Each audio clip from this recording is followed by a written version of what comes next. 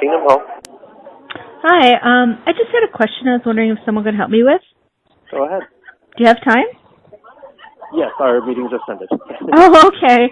Well, I was reading some stuff on the website because witnesses always talk about it, JW.org. Do you look at it and stuff? Yeah, definitely. Oh, okay. Well, I kind of like history and things like that, so I've read about the history, during that time period, which would be kind of the theological history of William Miller, his predictions, and Ellen G. White, and then all the offshoots of that time. Did you ever hear of the Great Disappointment of 1844? Okay. Did you ever hear about that? No, I haven't heard about that. Oh, that's really interesting. William Miller was also in New York, and he predicted 1844 for the end. And that kind of set off a, apocalyptic type hysteria almost especially in that region, upper northeast. So there was just a lot of different offshoots from Adventism and things like that. But first I saw it in a video that they had. I don't know if you've ever seen it. They had a video about their history. So like in 1914, October 2nd, I think that was the date Russell predicted, what he said was like so strange, like on that day.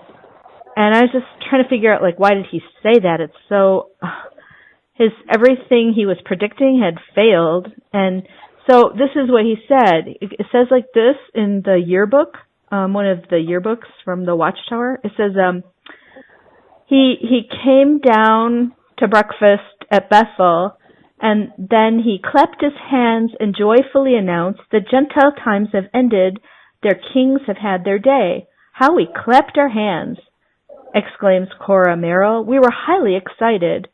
And then he said, "Anyone disappointed? I'm not.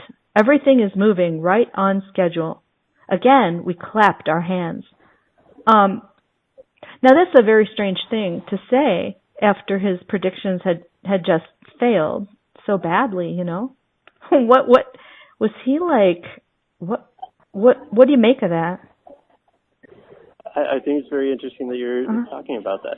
Why? What's your name, first of all? Christine. Hi, Christine. I'm Eric. Oh, hi. So, you know what? Everything that you were mentioning, there is a lot of history behind it.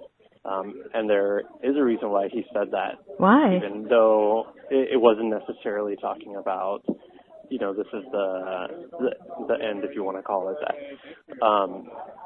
So you're on our website right now, is that right? Oh, well, I can. But yes, it was his predictions failed, in 1914. I noticed that they don't speak about the specific predictions that he made. They kind of give the impression that he was just predicting something important, and that's not true at all. I mean, it's all in his books. His books are called Studies in Scriptures.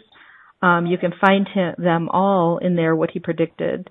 Things that you would see, such as the destruction of all governments, the end of Christendom, and the end of Armageddon. So to me, that's a very odd reaction. It seemed like he was just trying to manipulate people and cover it over. I don't understand why he wasn't more embarrassed or something. Well, actually, prophetically, 1914 does have a very special significance, and that's why he announced that. There's a lot to it, and there's a lot of Bible prophecy about that.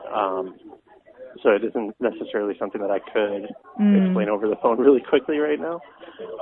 But are you local? No. Or how'd you get this phone number specifically? Oh, it's listed. I just wanted to talk to a witness about it. Just thought I could catch somebody there. No. I mean, they don't talk about that, what he was specifically predicting.